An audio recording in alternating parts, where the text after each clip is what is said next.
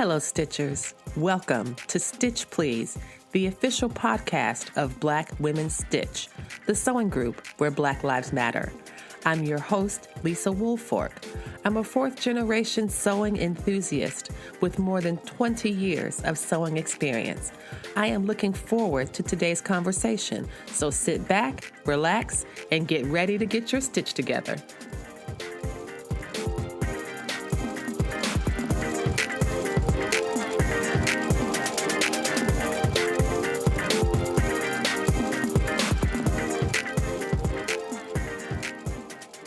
Welcome, everybody, to the Stitch Please podcast, the official podcast of Black Women Stitch, the sewing group where Black Lives Matter.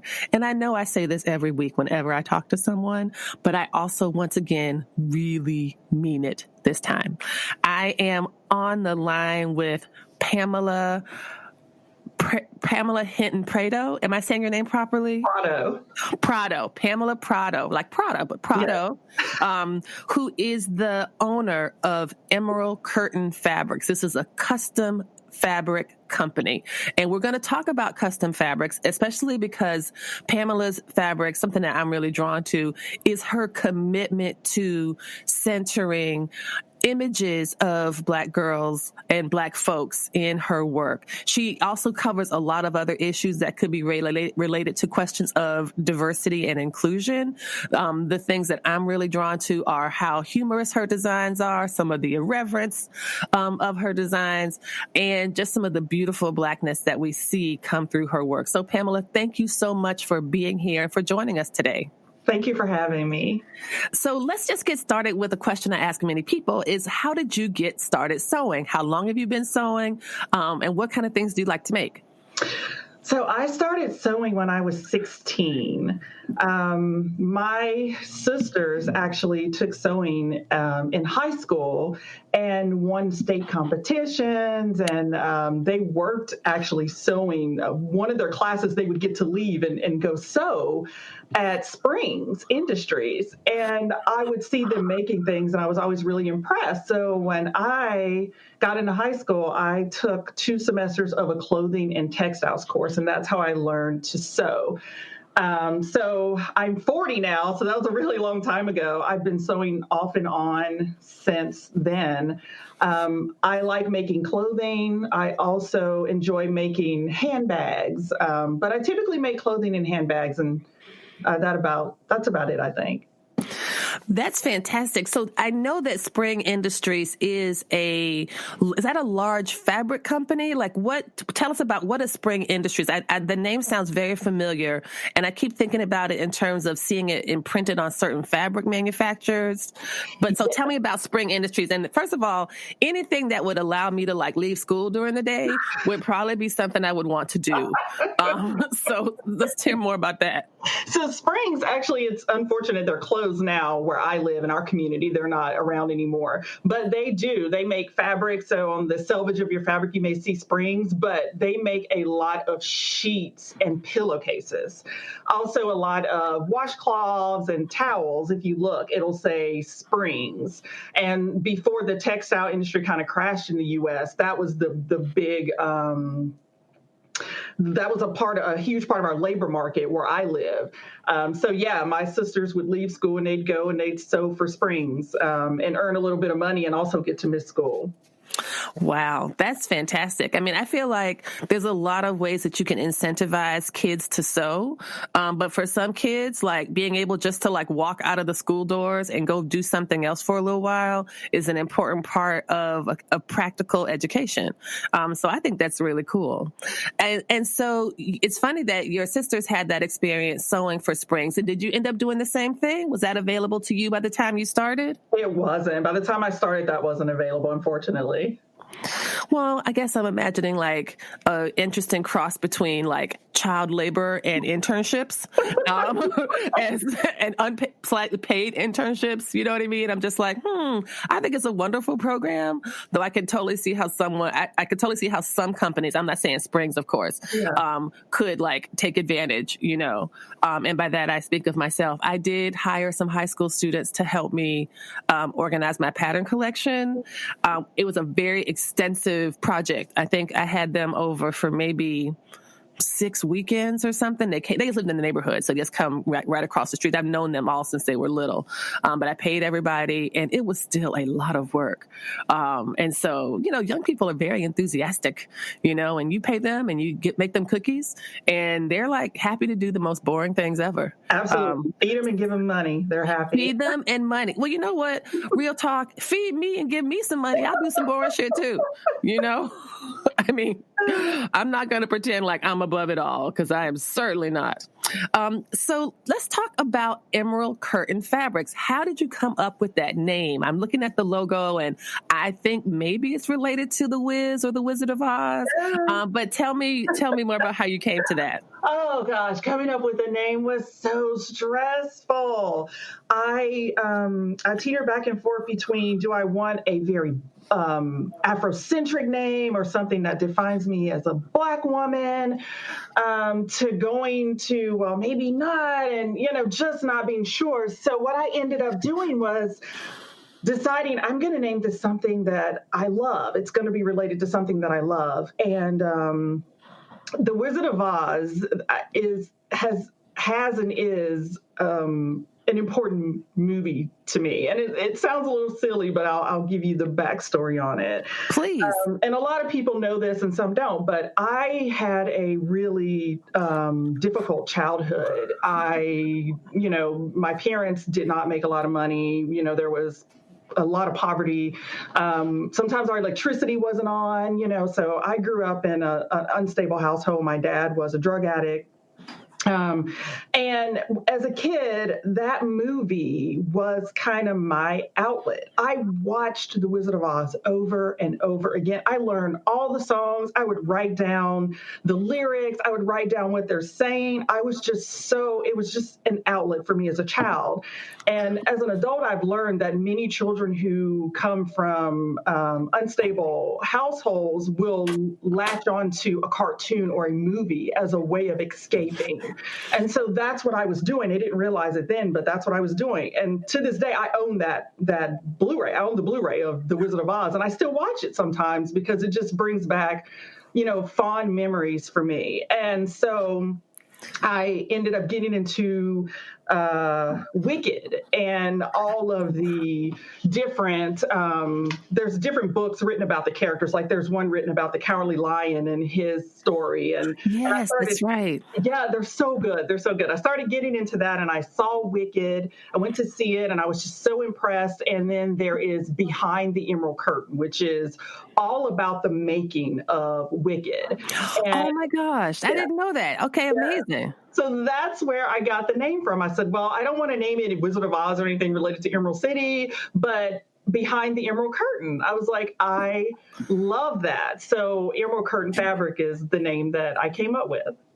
That's really wonderful, because what I hear in your story is that you were able to connect in a really meaningful and self-therapeutic way, even before we had the vocabulary to talk about a kind of therapeutic or a coping mechanism or whatever. You were able to care for yourself by kind of in some ways going behind the Emerald Curtain, kind of, right? Absolutely. By like immersing yourself in the Wizard of Oz, yes. And developing an early fandom about the transformative properties. I think in some ways the Wizard of Oz is a really classic hero's journey, you know?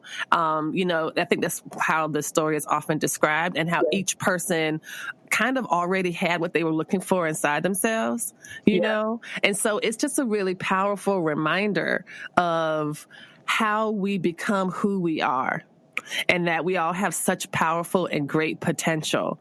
And you're still thriving there. You know what I mean? And so not only is this like a self-healing thing for you, you have then transformed that into something that other people can use to to celebrate themselves, to create, to build. I mean, it's really a beautiful story. And I'm so glad to know this very rich background, and do you have those flying monkeys on your curtains? Because I think that everybody can agree objectively that those things are scary as all hell. I love the And I don't know why, whatever was going on in the mind of Frank Baum, I don't know if he was dropping acid. I don't know what would make him think of such a thing to terrorize children with. Yeah. But maybe he had some traumas of his own that he was working out because, terrifying. Absolutely. I love the flying monkeys. Even as a kid, I was like, flying monkeys, oh my gosh, that's so incredible. Oh my goodness. And so tell us about when you decided to create your custom fabric work. So what was some of the things that motivated you to do this yourself? And we are going to talk later, y'all, about like the custom fabric world, because if you have only purchased fabric from fabric stores or from online vendors of fabric stores, like larger big box places, you might not realize that there is an entire custom fabric world. And I am not exaggerating when I say this is a world. Yeah. And it has its own vocabularies. It has multiple communities.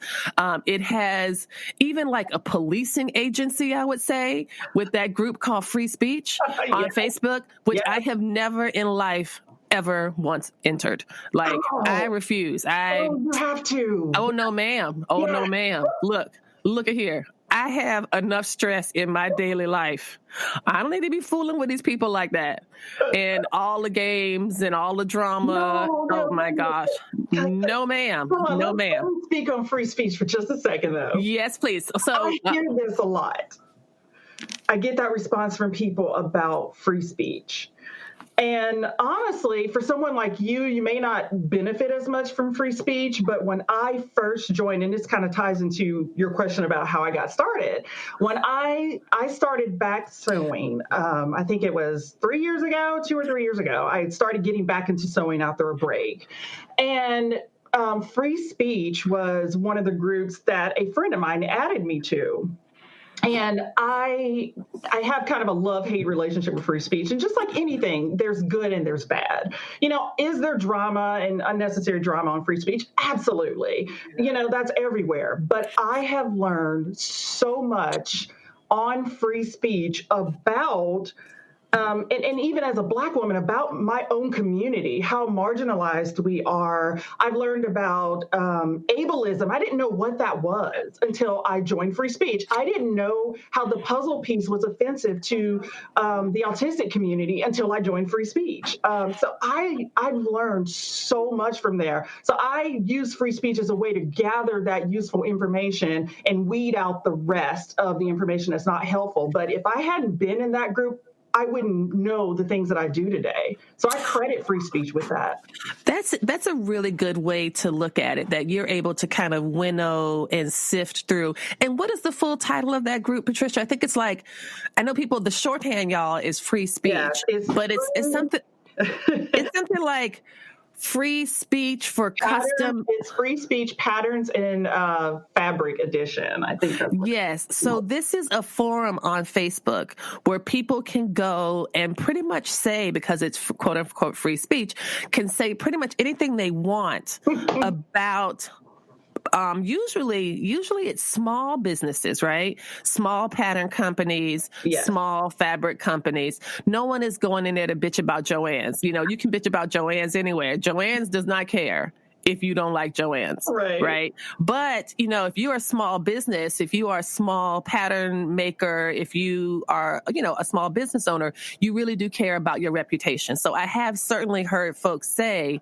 that they are in free speech because they want to make sure that their own name doesn't come up. And so if their name comes up, they're like, oh shit, let me go see what's happening. Oh, okay, fine. That's fine. That's fine. That's not, also, if you own a small business that's going to involve the sewing community, it's a very good place to be, because not only you want to hear if your name comes up, but you need to know what's happening in the community. These are the people you want to be your customers. And if you don't understand the dynamics of the fabric community, then you're not going to be successful. That is an excellent point. And so what happens in this group, again, this is all because I have chosen to opt out. I think that my project is a very different project. I'm not so much trying to kind of secure customers, or even listeners, really. I mean, I feel like I put out what I think is valuable, important. I'm very clear and transparent that the purpose of this podcast is to center Black women, girls, and femmes in sewing. And that's what I do every week. And so that's the overall project. And so I can't really think right now off the top of my head how I might benefit from the participation in the free speech group, other than, because I don't know. And I really do have a lot of other stressors. So I continue to just say, everyone's not going to like me. I'm not for everybody. I'm not a brownie. I'm not going to be universally loved by all. Everybody loves brownies, in my opinion. And so I'm not that. That's okay. But I do love the idea of thinking about this as a form of research, as well as participating in a really robust way in a larger community. And I can say I don't need to join a group, and I'm pretty sure you didn't either, to know that the sewing community is racist and homophobic and has a lot of problematic social aspects to it that come with living in a white supremacist patriarchal capitalist society. Yeah. None of that is news to me. That's actually my day job. That's what I do for my day job. Right. So I got all that. I got it. That's why I don't think you wouldn't benefit as much. But, some people, when I first came in the sewing community, I didn't know that. And that's how I learned. Yeah. I talk about this a lot as sewing with the whites.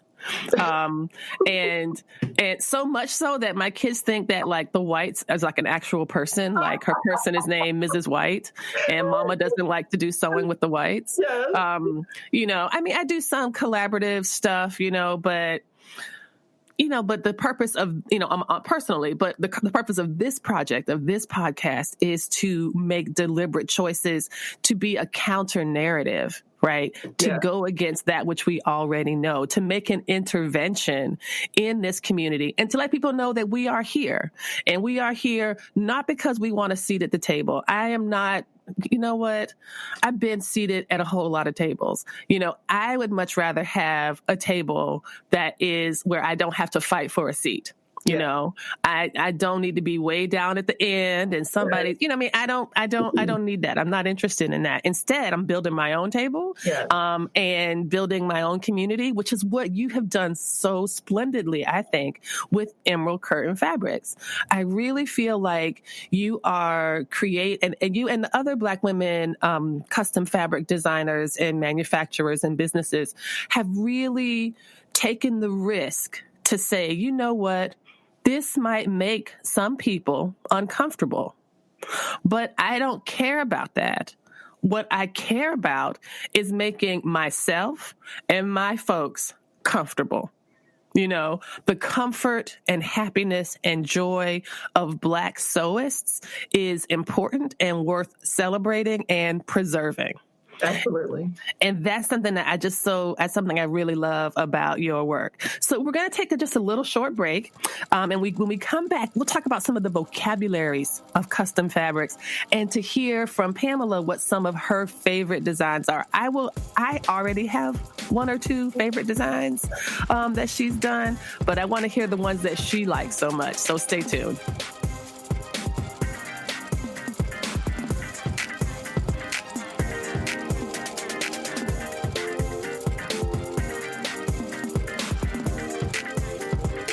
Here at Stitch Please, the official podcast of Black Women Stitch, we talk a lot about sewing. But if you want to see and not just hear about some of the things we've been discussing, feel free to join us on the socials. You can find us at Stitch Please on Facebook, and you can also find us on Instagram at Black Women Stitch. You can find photos of projects that we've been working on, really interesting social commentary. And on Thursdays at 3 p.m. Eastern Standard Time, you can join Black Women Stitch for a live Instagram chat. Again, that's every Thursday at 3 p.m. So find us on the socials, follow up with us. We are happy to hear your direct messages. You can reach out to us at the Black Women Stitch page on Instagram, and we'll help you get your stitch together.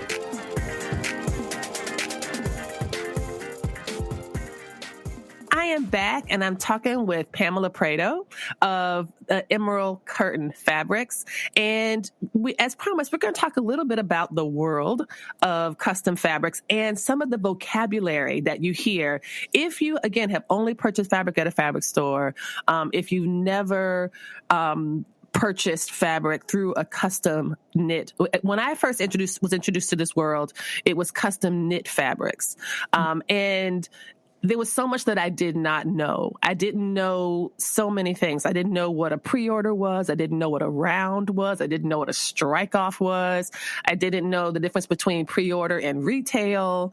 I was like, okay, so I gave somebody some money and then I signed up on a Google spreadsheet, and now I just have to hope that they give me some fabric. Like, is this like, what is all of this?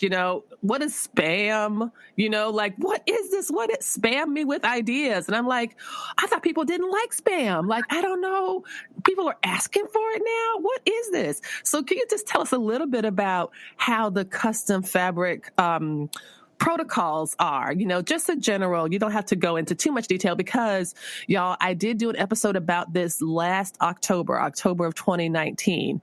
And so I will include a link to that in this week's show notes so you can listen to that episode about all the details. But how does it work? Like, how basically would you describe the procedures of custom fabric and purchasing it as being different from just going to the store and buying some fabric, Pamela? Yeah, it's definitely different. It's so custom fabric, I operate by offering what's called a pre-order. And a pre-order is a certain amount of time or days I'm going to give where customers can go onto my website and they can order fabric. Typically, my pre-orders run 2 weeks. I try to run them 14 days. And during those 14 days, I have a team of sewists that we call strike-off sewists who sew the fabric for me to preview to customers. And I hold my team in high regard because without them, none of this would be possible, literally none of this. So during those 14 days, my team, they've already sewn up their garments with the fabric that I'm offering, and they go to different Facebook groups, Instagram groups, and they promote what they're wearing. Hey, I made this. I use this pattern, and people say, oh, that fabric's beautiful. Where can I get it? Oh, you can get it at Emerald Curtain Fabric. They have a pre-order open, and they usually provide a link. So during those 14 days, that's happening, and people are coming to the website and they're ordering. On that 14th day, that is the last day that you can order any of the fabric I'm offering in that pre-order. After that day, I close it down, so you can't go to my website and pre-order. And behind the scenes, I am tallying how much fabric was ordered and providing that to my fabric printer. So my fabric printer gets that order and they start printing the fabric. And that can take up to 12 weeks, depending on how large the order is and their own timelines for printing. And they contact me, let me know your order's done. And it typically ships to me like 24 hours. They tell me that day, sometimes the next day, it's on my doorstep. Wow. So, yeah, it's really it's very quick. So I get the fabric and I might get, 300, 400 yards of fabric, and I have to process that fabric. So what I do is I open it, I am cutting the fabric, I am, making sure there's no flaws and that the fabric is of quality. And I then cut it into whatever yardage was ordered during the pre-order, and I ship it to customers. So the difference is you are paying ahead of time for your product, and then you have to wait for that fabric to be delivered to you. And so can you tell me a bit more about when you say you get 300 yards or 400 yards of fabric, for example, I kind of think that I currently own 300 yards of fabric in my sewing room right now. That is what I think. I know I have said this on a recorded platform, so I'm sure someone's going to throw it back in my face again. Just like when I told Carolyn that I really like sewing hams, which I do. I have quite a few sewing hams, and people have continued to ask me, how many hams do you have? And it's like, well, I'm not telling you because I don't know if this is a judgment-free zone or not.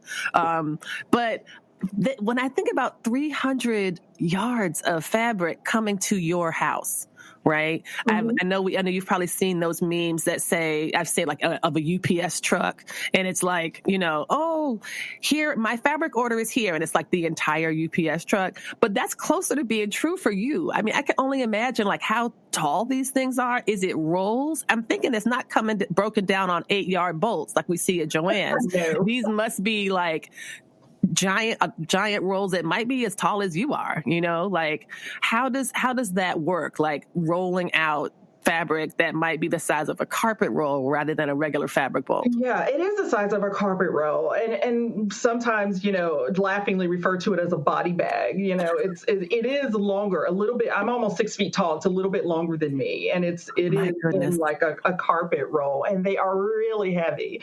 300 yards of fabric. My fabric group is small. It's growing, but it's small. Is small compared to some of the larger groups who are getting thousands of yards at a time. But I process everything on my own. I cut it all. When you get fabric from me, I have done everything from putting your postage on the envelope. I don't have my family help because I can't. When I'm cutting my yardage, I'm too specific about it has to be done a certain way, so I can't really relinquish hold of that. So I literally cut every piece of fabric myself. So what I do is we get these huge rolls, and I have 2 huge industrial tables that I have put together that I unroll all the fabric on. I unroll everything first. And those rolls may have cotton lycra, cotton woven, French cherry. It's all mixed up sometimes. Right. Which roll? Yes. So I unroll all the fabric. And then the next thing I do is I start cutting it based on what the print is, because it's not separated. It'll be connected to a different print. So I cut them into prints, and then I fold them on the grain. That makes it easier when I'm cutting to make sure that you're getting the yardage that you're supposed to get if it's on the grain. So I make sure it's folded on the grain, and I roll the fabric up. And then later, once everything's in rolls, that's when I then pull it and start cutting, oh, you ordered a yard, or you ordered 2 yards. I then unroll it. And since I already have it rolled on the grain, it makes it easier for me. I unroll. I have an electric cutter that I use, and I have a T ruler that goes the width of my table. And so it's kind of like when you're cutting with your rotary cutter and you have your, yes. That's what that ruler does. I can basically cut right next to it with my electric cutter to keep it in place. And I cut my yardage like that. That's incredible. So like your electric cutter, is it like electric scissors, or is it something else, more like a table saw type? It's a table saw. It looks like a table saw. Oh my gosh, you can use a table saw on fabric? No, I don't need to know this information. Yes, you do. Yeah, a lot of people use it to cut their fabric. Girl, please. I'll end up chopping off my pinky finger. They'll be like, what happened to didn't you used to have 10 fingers? It's like, well, I used to have 10 fingers, and I talked to Pamela Prado on my podcast, and now I have 9.5 now. That's a battle scar. It's okay. I suppose. So this is helping me to understand too. One of the questions that I think you said you might get a lot is, or help people to understand if they are familiar with the custom fabric world, or if they're not at all and they go to try, this fabric is more expensive than the fabric you will see at a Joann Fabrics or at almost any other like brick and mortar fabric retailer, except for maybe fine fabrics, finer couture type fabrics. I know places like Mood and B&J have fabrics that are up within that sell for hundreds of dollars per yard. But most folks aren't used to seeing fabrics that cost what custom fabrics cost. And so you mentioned pre-order, and something that I was confused by was the difference between pre-order and retail as terms. So can you talk a little bit about what happens between pre-order and retail? Yes. So, I'm actually between pre-order and retail right now, so that'll be easy for me to explain to you. So what I do, because I offer retail as well as pre-order. I recently finished cutting up and shipping out my fabric for pre-order. The last round when people pre-ordered, that's been shipped out. And now what I have left over is going to be offered as retail. And retail is where once you order from the website, I literally pack it usually that day or the next day and ship it out immediately. There's no wait time. Retail is a little more expensive than pre-order is too. So a benefit of pre-order is you get that kind of reduced price. But I don't offer retail. I have to wait to offer retail. I want to make sure that all the fabric that I ship to my customers who pre-ordered has been shipped and received with no issues. Because if, say, a customer gets their fabric and there's a huge flaw on it, I will have to go to the fabric that I have available and send them new fabric. So before I sell any of that fabric as retail, I make sure that my pre-order customers are taken care of first. So Once that happens, I will open retail and I'll post what I have on the website and you can order it and it will be shipped to you pretty much the next day. So one of the advantages of retail is that, you know exactly, that it's there, it'll ship much quicker. You don't have to wait the up to 12 weeks for the fabric to arrive. But one of the disadvantages is that you will pay more for this. And so I love what I'm hearing is that you're saying you don't order extra fabric for retail. You want to make sure that you have enough fabric to cover the people who pre-ordered. So I think pre-order, it seems more beneficial because not only does it help you make whatever minimums that you might need in order for the round of fabric to be published, it also gives the customer a benefit of paying a little bit less for something really impressive, which you can't get anywhere else. And so that gives us a chance to transition to, we talked about the pre-order and about why this fabric is more expensive. Is there anything else you want to add to explain? I mean, I feel like somebody who is hauling off 300 yards of fabric and cutting it by hand is certainly going to need to charge more than someone who is not doing that. Yeah. But are there other elements that make custom fabric more expensive? Yes, there are a few others I'd like to mention. The first being that custom fabric is of a higher quality than the fabric you will get if you go into a Joann's and buy fabric. So, the cotton lycra, for example, is one of the more popular bases people buy. Joann's has what they call doodles. It shrinks a lot when you bring that fabric home. It's not as thick. It's not as good to work with. The custom fabric that I have in cotton lycra is very little shrinkage. It's very thick. It's high quality. The prints are vibrant. So that is another reason why the cost is more, because you're getting a higher quality product that's going to last longer. The second reason is because behind the scenes, we have, as a small business owner, we have the expenses of my team that sews for me. I don't require them to pay for their fabric. So I have to provide, they're providing a service to me to go out and show the world their makes with my fabric. And in return, I don't require them to pay for the fabric. So there's some behind the scene costs that go into being able to provide custom fabric. And I imagine that you kind of need to pay yourself. I imagine that, that I think particularly when you're starting out, any new endeavor, there's a lot of times where folks don't get a salary, people who start a restaurant. I have friends who have a restaurant and for the first 2 years, they didn't pay themselves. Yeah. They paid their employees, but they didn't pay themselves. I don't pay myself yet. Not yet. Not yet. Not yet. And also I'm glad you said that though, because all the money I get back is going into artwork. I hire Black artists to create, what you see on the fabric is being created by an artist. So sometimes I do use stock art, but I always, in every round, have custom items that I have paid an artist to create. So there's a cost involved with that as well. And I think that between the physical labor of custom fabric management that you're doing, the intellectual labor that you are ethically compensating somebody for.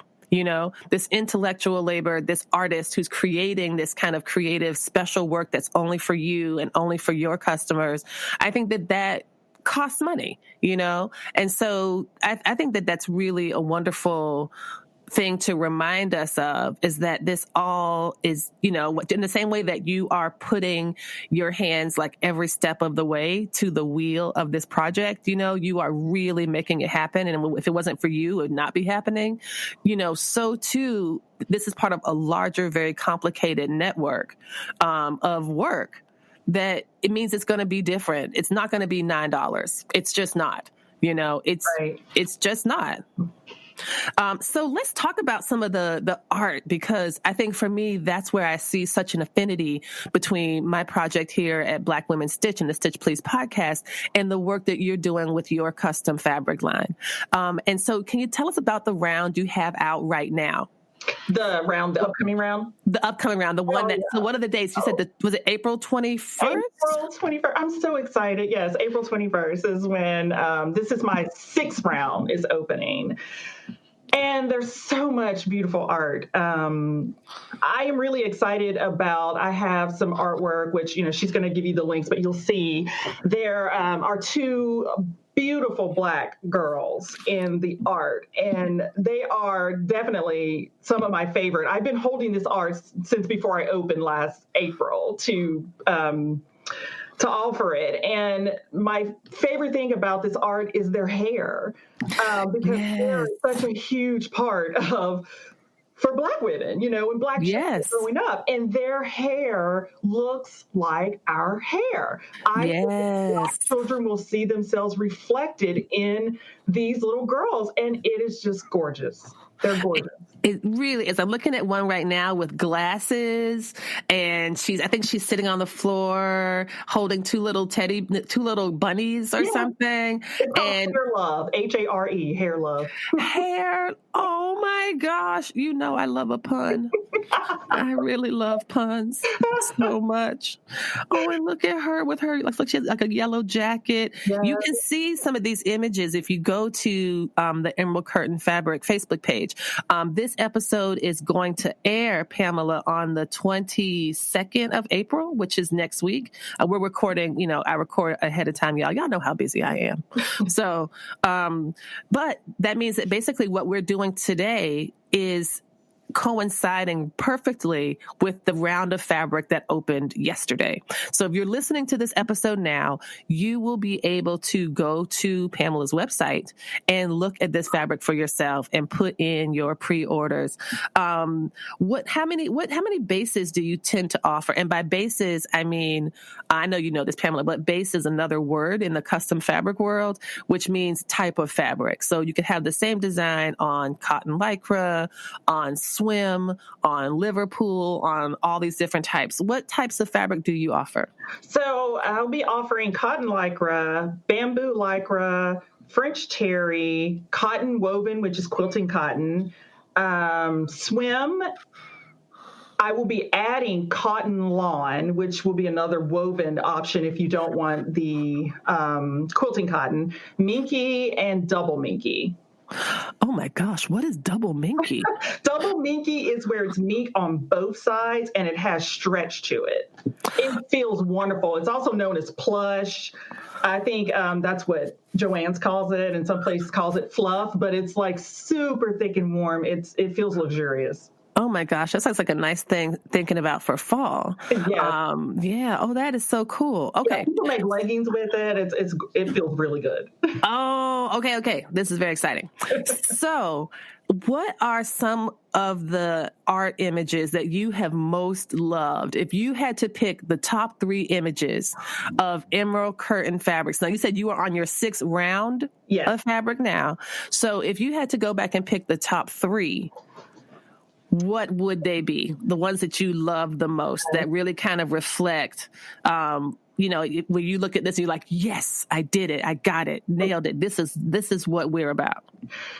Mother Africa is one of my favorites. That's from round 1, which is the image of the Black woman and her hair is in the shape of Africa. I have that one. I bought that one. The small panel makes a mask, and when it opens up, you can see her whole face. It's wonderful. So that's oh my gosh. Everything is Everything, which was I think 2 rounds ago, which has all the different Black women I don't know if you remember that one. I think I did get this one. Was this, it was kind of like lots of different women, like they're kind of doing different things. Yes, it's like a graffiti scene of black. Yes, like yes, yes. Yeah. Yes. That's also one of my favorites. Oh gosh, it's so hard to pick just the, I have to, the LeVar Burton trend that I'm around is also one of my favorites. That I'm looking at that. I'm looking through your page right now, and it's absolutely great. I love the Lizzo one, which of course, I mean, you have a lot of really great fabrics when you kind of forget that you have one with Lizzo playing the flute. Yeah. So that's a big yes. That's a very big yes for me. And I also bought the one that you did, the one that with the cupcakes, right? The cupcakes. Mm-mm. No, I guess it was, yeah. So maybe I'm confusing because I did buy some in the first round of your fabrics, and I bought the Mother Africa and I bought the coordinate, and I ended up making this hooded dress and I wore it it was tapered at the bottom. I loved it. I love the print. And I remember it took me a long time to find a particular pattern because I was like, I don't want to cut this. I want to make sure her whole profile is in here. And so it worked out really, really beautifully. And so I made the dress and loved it. And then I ended up giving it to a friend because my sisters came to help me, quote unquote, clean out my closet, which, is also, I guess some might call it an intervention. And I ended up like bundling up a bunch of a bunch of clothes that I had made to give away, and I mailed some to select friends. So that was one of them. And that was one of the dresses that the friend I sent it to was like, oh my gosh, I saw this. And so, because this is stuff you can't get anywhere else. Yes. You cannot get it anywhere else. So I love that one. And I think I might have bought some of those with the graffiti girls. I feel like I might have bought that. That was really popular. And I know for sure I'm already looking at the ones for this round, and those little girls are yes, please. They're so gorgeous. They are absolutely so gorgeous. And the lollipops and it's just a lot of really great things that you have put together for us to do. So what have been some of the positive, good feedback that you've received, and what have been some of the negative or criticisms that you have received? And I say this because as someone who has also received some criticisms for like centering Black women, girls, and femmes in my work, and in this, not my work, but in this particular project, they're like, oh, well, you have these retreats, but they're for Black women, and is that allowed? And I'm like, it's 19. It's like, you might not know this, but we are currently living in the year 2019, not 1819. And Black people are allowed to gather without white supervision now. So if I want to convene a group of Black women to get together and sew something, we are totally allowed to do it now. Yes. Yes. So that is something that I absolutely don't apologize for, because I know when I go to my Instagram and I put in hashtag sewing, it's white person, white person, white person, white person, white person, white person, white person. And then by the time you get down maybe to the 7th screen, then you might see a non-white person. And until that algorithm changes, I'm going to keep doing what I'm doing. And it's filling a need. The same is true of your fabric. So tell me if you've had any type of feedback that you find that where people are uncomfortable, or white people in particular are uncomfortable, maybe some Black people, because anti-Blackness is not just something white people practice. Anti-Blackness is a pretty widely practiced pastime. So have you faced any type of critiques or whatever like that? Only a small amount. I'm sure it's out there, but they don't share it with me, which is fine. It's preferred, actually. I prefer it that way. You keep that shit to yourself. Keep it on your side. Right. So the reason that the little girls that I'm running have been holding on to them is because I was advised that I should find a white character to match them so that everyone could get a panel representing themselves. And I listened and held on to it. And I regret that because I was reminded by a friend that white women can go anywhere and get panels with white little girls on it. Absolutely. And that I need to always center Black women. And that is so true. And I said, you know what? The next round I'm releasing the little girl. So that was a reminder to me that, you know, we need to be uplifted and centered because we don't have access to that, and they do. So that was the only kind of negative is, oh, maybe you should wait until you can, you know, put everybody on there. That's right. So, you know, I think that I find so infuriating about that is that it's always like Black women. It's always us that has to do everybody else's work for them. Ain't that the truth? I mean, it is, friend.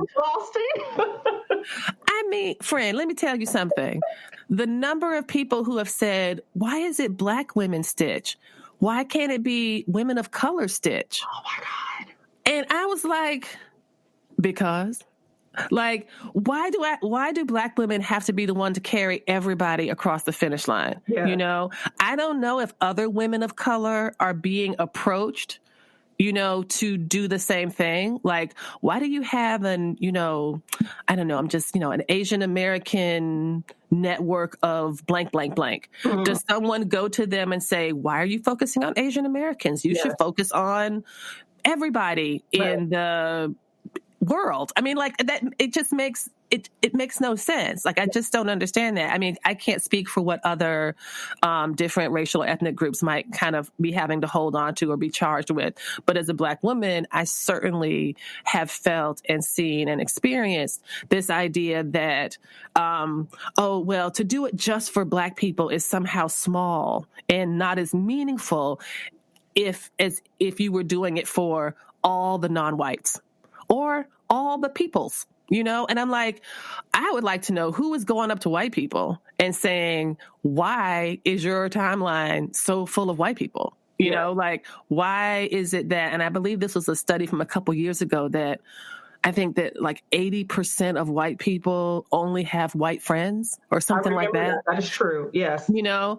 and so like, you know, and yet that's not statistically true for Black folks. Like Black people tend to have a more diverse group of friends. And I think a lot of it has to do with, in some ways, anti-Blackness, right? It has to do with this socialization that teaches us that to be among ourselves is somehow a negative thing or not as good as, or, you know, and some people have argued this is one of the side effects of a misinterpretation of what racial integration brought about. It wasn't that Black people wanted to be with white people because white people were so great. It was that Black people wanted to have the resources that get allocated to white people. You know, Absolutely. It's not like somehow knowing a white person is going to drastically improve my life. It was having access to the same resources that one gives white schools and white neighborhoods and white communities. These are the things that Black folks want too, kind of thing. Yeah. So it's just really interesting to me that someone would say to you, oh, you have these beautiful Black girls. Oh my gosh, they're really wonderful. Wow. Why don't you wait until you can find a white girl with an afro too? And then you can put it out without hurting anybody's feelings. Because, you know, could you imagine, Pamela, could you imagine going to look at some fabric and not seeing yourself? Wouldn't that, like, theoretically, if that were to ever happen, like hurt your feelings or make you not feel welcome or included? And it's like, oh yeah, that's just Wednesday at any fabric store in America. Absolutely. You know, or the idea that they think that they're doing something when they have like a repeat pattern that might have 12 women in it. And 2 of them are brown or dark brown, and some have red hair or brown hair. And like, that's meant to be Just that's good enough. Yes, or just changing. I've seen it where they run like Ariel, the Little Mermaid Ariel, and then they'll do another Ariel with dark skin, but her hair's still long and red. Like, not even take the time to change the features or make them look like us. It's like minimal effort to change the color in Photoshop and paint it on there. And they'll say, well, here we go. I'm not sure if you've ever been in the planner community. The planner, also a different world. I'm not going to get into it, but I can just trust me when I say that in the same way that the custom fabric is its own world, its own community, so too are planners. And these are usually women who see planning as a craft, and they have a variety of planners. There's stickers, there's washi tape, there's special pins. And something that you see with the stickers is that for many years, Black women were buying planner stickers sold by white folks and then just coloring them in brown themselves, because they were so eager to see themselves reflected, and these white companies were refusing to do it. And then when they refused to do, then now some of them are starting to do it. And it's just like, for me, I am not interested in you just, making somebody a few shades darker on Photoshop. I would much rather buy these products from someone who is truly committed to promoting the wellness and well-being of Black girls and Black women and Black people in general. And I think that that's what we have in an opportunity. This is the opportunity we have in you and in your work, and to kind of see all these beautiful designs that you've created, and that when you wear them, they are yours. And I think that must be a pretty gratifying feeling. Is it like when you see images of people and they tag you in their garments? Yes. And that's the positive. You just answered the positive side of this is, when someone makes something and tags them with current fabric, and they're just so excited to see fabric that represents them. And, it brings, I've actually cried about it before. I see someone, tag me in something, and, the community is just, the Black community, sewing community, is tight knit, and any issues I've had with anyone or a white person coming and starting issues. Yesterday we had it on my page because there's a huge giveaway right now where people are donating gift cards, and I have 8 gift cards to give away to Sewers of Color, and a white woman entered. And, asked, what do you mean Sewers of Color? And we explained, it's melanated folks, and got mad and said, I feel like I'm being excluded as a Jewish, Italian-American white woman. And I was just, the community just flocked right in and answered her. And I ended up having to, I booted her and blocked her from the group because, we have enough of that going on where we have to always defend our reasons. And that wasn't going to be a place where it was happening. This was something good being done. But the community just comes together and they support me. And I'm in awe of the Black sewing community. It's so true. I mean, and I think that, again, what we are engaged in, at least speaking for myself, what I see myself as in being engaged in is this corrective, right? There are a ton of sewing podcasts out there. There are really quite a few sewing podcasts out there, but there aren't any that I could find that center Black women, girls, and femmes deliberately, that say that the questions and topics that we are interested in talking about are relevant to our lives. Whenever I've tried to bring up, or not bring up, but when they've come up in majority white sewing groups on Facebook or whatever, they always go south. They always go badly. There's always someone on there, a white person, saying, well, this just seems unfair, and America's about equality, and we're all created equal, and you're the one bringing the racism because you want to talk about Black people. And it's just like, I don't have time for that stupidity. Right. I really don't. I don't have the patience for it. I have my tolerance for it is incredibly low. I always think, Pamela, that people are really just fucking with me. I really feel like they know that I think I'm being gaslighted, right? Like they're gaslighting me. They must know that what they're saying is problematic and reprehensible and harmful. Some of them do. They're being purposely obtuse. Yeah. And it's just like, you don't get to be innocent. Like, you are not innocent. Yeah. You just are not. Like, we live in a white supremacist society. We live, and that's not just people in Klan robes, right? It's saying things like, you're pretty for a black girl. Mm-hmm. That is white supremacy right there. To say that to someone, even in quote unquote kindness, is harmful and toxic and rooted in the idea that somehow, or when I look at you, I don't see black. When I look at you, I don't think about you as a black person, or you didn't sound black on the phone. And it's like, none of those are compliments. No. None of them are compliments. And it just shows that you have a really negative and hostile view of black people. And I get to be your exception because you know me. And so I'm not down for that in any way. And I think that your unapologetic embrace of yourself, which is something that everybody else gets to do, right? Everybody else gets to just, roll over to Joann's and find a picture of someone that looks remotely like their child. The same folks that can buy flesh-colored pantyhose at TJ Maxx or at Nordstrom's are the same folks who are like, well, why do you all think about this so much? And I'm like, I think about this because your nude is available all around the country, and my nude has to be special ordered from someone who would dye it to my color, So it's just these additional extra efforts that get so tiring. And I think maybe that's one of the reasons that I've had no reason, I guess, to get involved or intervene. I've not been, of course, if I was asked, I'm sure I would, but in certain debates and stuff on free speech, because I just feel like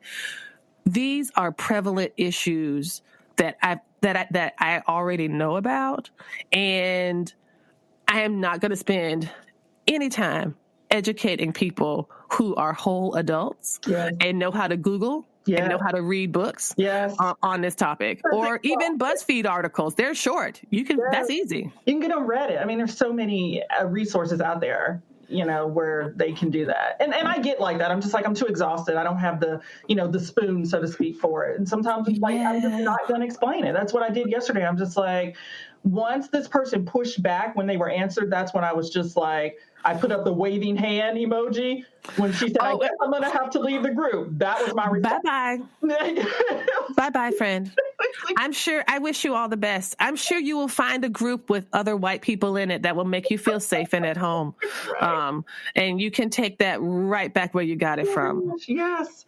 Yeah, they'll hold your hand and make you feel better about how the blacks were mean to you today. Right. They're like, this is a sewing group. Why are we discussing this? As if it doesn't affect us in every aspect of our lives. And who are you to say what you can discuss in your doggone sewing group? Yes. That's what I want to know. Like, you can talk about whatever you want to talk about because it's yours, And the idea of like drawing the boundaries about what is acceptable in sewing and what is not is such an important, I think, topic that you are completely shattering with your fabric, because you are showing and pushing and teaching that there are black children in this world who have black parents who love them and want to sew for them and do not have access to images that look like their own children. And that is not a failure of the black sewists. It is a failure of this larger industry that refuses to see. And I think that this is like a perfect example of colorblind racism, in choosing to not acknowledge that our images are just not printed on fabric and that we have to do it ourselves, which is great. Because we have people who, like yourself, who are creative and smart and ethical and like pushing the envelope and broadening the possibilities for us. And that is something I think that you can celebrate every day. Absolutely. So what's next? So you have this round that opened yesterday. Again, everybody, I am going to put the link to her website as well as Instagram page and Facebook group. If you're interested, what do you foresee after round 6? So after round 6, I am going to have our 1-year celebration. So there's going to be a lot of giveaways, a lot of prizes, free fabric. I'm just going to host like a week of giveaways to celebrate Emerald Curtain Fabric being open for a year. And then I'm going to have a rerun round. Oh, nice. So people who were not able to get Mother Africa or Everything is Everything, I'm only going to run the most popular prints, and I'm going to let the members vote for what prints they want to see again. And I'm going to have a rerun round. I love it. Yeah. I got to make sure to get my vote in. Yeah, I'm excited about that too, because I'm like, I need some more Mother Africa. Same. I gave my dress away, so I now need to make another one. That was really sweet of you, by the way. I suppose. I was coerced. Well, Pamela, this has been such a delight. Thank you so much for taking the time to talk with us. And tell us where we can find you on the socials. Yeah, my Facebook is Emerald Curtain Fabric. Instagram is Emerald_Curtain_Fabric. So you can find me in either one of those. Fantastic. And I will be sure to provide those links. Thank you so much for taking the time to join us today, and looking forward to ordering some fabric for myself. Thank you. I'm honored. Thank you. All right. Bye-bye. Bye. Thank you for joining us for this week's episode of the Stitch Please podcast, the official podcast of Black Women Stitch, the sewing group where Black Lives Matter. There are a variety of ways that you can support the program, and you're doing it right now. By listening to the podcast, it does help us grow. Another way to do that is to rate the podcast, review it, subscribe to it. All of these things are ways that you can support the podcast without having to spend any money at all. If you would like to spend some money to support us, there are ways to do that as well.